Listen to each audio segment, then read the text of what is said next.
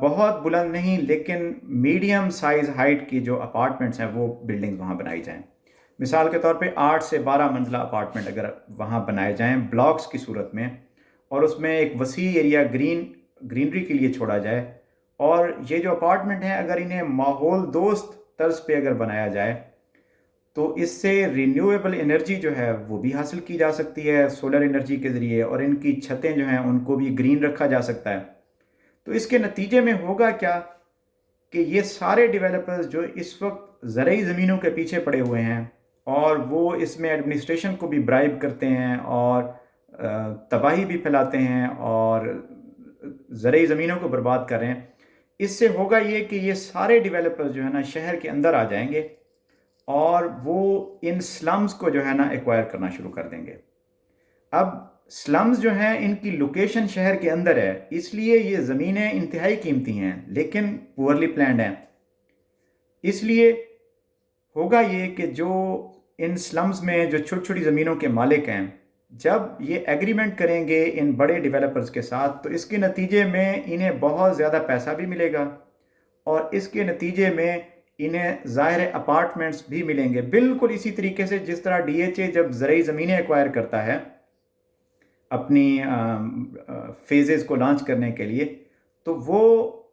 ظاہر ہے ان جو کسان ہیں انہیں وہ پے کرتا ہے نا، انہیں وہ فائلز وغیرہ دیتا ہے اور پیسے دیتا ہے اور انہیں کچھ پلاٹس وغیرہ دیتا ہے. تو اسی طریقے سے اسی ماڈل پہ یہ تمام جو ڈیولپرز ہیں، یہ جو لوگ وہاں رہ رہے ہیں جو کہ غریب ہیں، ان کے اس کے ساتھ ایگریمنٹ کر کے انہیں پیسے بھی دے گا اور اس کے نتیجے میں انہیں یہ اپارٹمنٹس بھی دے گا. مثال کے طور پہ اگر کسی کی 5 مرلہ زمین ہے تو وہ اسے پیسے بھی کچھ ملتے ہیں اور اسے 3 یا 4 اپارٹمنٹ بھی ملتے ہیں. تو اس کے نتیجے میں ہوگا کیا؟ ہوگا یہ کہ یہ سارے ڈیولپرز ہمارے انہی شہروں کو بہتر کرنے میں لگ جائیں گے، اور گورنمنٹ ان کے لیے ایک پالیسی اور ایک سٹینڈرڈ جو ہے نا وہ متعین کر دے گی. ہوگا یہ کہ اگلے کئی دہائیاں، ہو سکتا ہے 30-40 سال، ہمارے یہی شہر جو ہیں وہ ایک نئے سرے سے آباد ہونا شروع ہو جائیں. اور اس وقت جو شہر کے سب سے پور علاقے ہیں، سلمز ہیں، کچی آبادیاں ہیں، کیونکہ انہی سے اس ماڈل کو شروع کیا جائے، وہ شہر کے سب سے خوبصورت اور سب سے جدید ایریاز بن جائیں گے. اور جب یہ ایکٹیویٹی یہاں سلمز کو کمپلیٹ کر دے، اس کے بعد ہم جو اس وقت آباد علاقے ہیں ان کی طرف آئیں گے، کیونکہ جو نئے آباد ہونے والے علاقے ہیں وہ نسبتاً بہتر پلان ہوئے ہیں. تو جب ہم یہ ایکٹیویٹیز کریں گے تو سب سے پہلے دیکھیں کہ کتنا روزگار ہمارا جنریٹ ہوگا اور کتنے لوگ غربت سے نکلیں گے، کتنے جو لوگ ہیں ان کے لیے نئی ہاؤسنگ پرووائڈ ہوگی، اور جو ایگزسٹنگ لوگ جو کچی آبادیوں میں رہ رہے ہیں جن کا ہاؤسنگ سٹینڈرڈ اس ٹائم بہت پور ہے،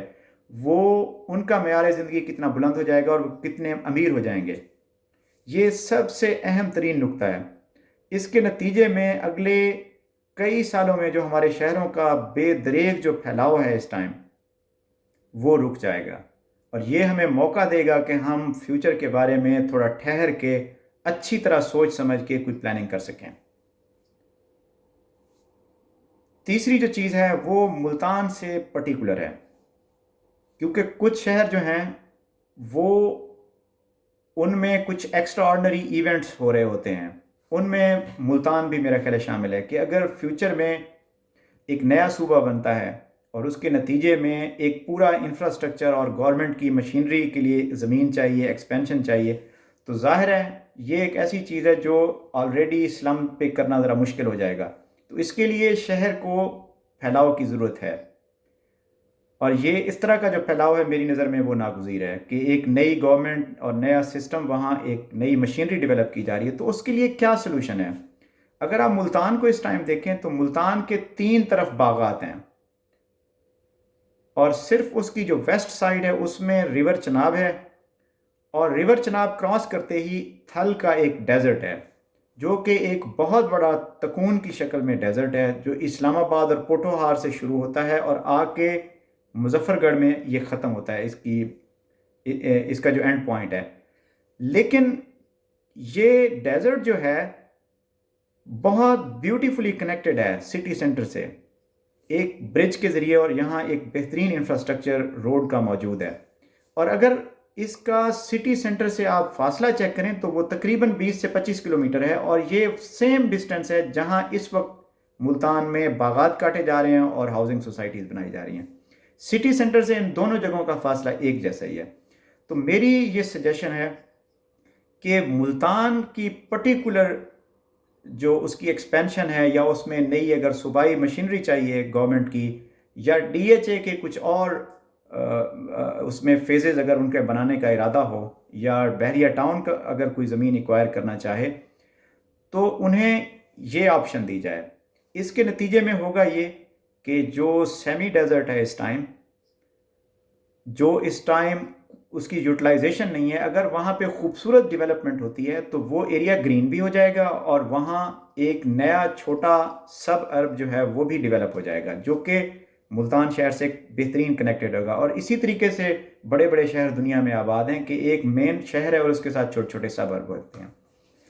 اور ان دا لانگ ٹرم اگر آپ دیکھیں تو یہی جو ڈیزرٹ ہے، اس کی جو ہارٹ آف دا ڈیزرٹ ہے، اس میں ایک میرے علم کے مطابق گریٹر تھل کینال جو ہے وہ اپرووڈ ہے، لیکن اسے بنایا نہیں گیا۔ اگر ہم ایکسپینشن شہر کی ویسٹ میں لے جاتے ہیں ملتان میں، تو یہ ایریا آباد ہو جائے گا۔ سیکنڈلی، اس نہر کے بنانے سے جو نارتھ سائڈ ہے جہاں پہ بلک آف دا ڈیزرٹ ہے، وہ سارا ایریا جو ہے وہ کلٹیویٹ ہو جائے گا، وہ ایک ایگریکلچر زمین میں تبدیل ہو جائے گا، اور وہاں پلانٹیشن ہو جائے گی۔ اس کے نتیجے میں ماحول پہ بڑا ہیوج امپیکٹ پڑے گا۔ یہ تمام ایریا جو ہے یہ گرین ہو جائے گا۔ اس سے ملتان شہر اور اس کے جو گرد و نواح ہیں، ان میں جو شدید گرمی کا ٹیمپریچر ہے وہ کم ہو جائے گا۔ اور اسی طریقے سے سیم ماڈل کو اگر ہم دوسرے شہروں پہ اپلائی کریں، لاہور ہے، اسلام آباد ہے، پشاور ہے، کوئٹہ ہے، حیدرآباد، فیصل آباد، تو ہم ایسی ہی جگہیں وہاں بھی آئیڈینٹیفائی کر سکتے ہیں کہ ناگزیر صورتحال میں ہم ایسی زمینوں کا انتخاب کریں جن پہ ایکٹیویٹیز کرنے سے وہ زمینیں بہتر ہو جائیں، نہ کہ ایسی آباد زمینیں جن پہ ایکٹیویٹیز کرنے سے وہ زمینیں خراب ہو جائیں اور تباہ ہو جائیں۔ یہ 3 سجیشن ہیں میری نظر میں۔ اگر آپ اس سے اتفاق کرتے ہیں تو میرے اس پیغام کو پھیلانے میں مدد کریں، اور اگر آپ کے ذہن میں کوئی فردر رائے ہے اس بارے میں تو آپ کائنڈلی اپنی رائے کا اظہار کمنٹس باکس میں کریں۔ شکریہ۔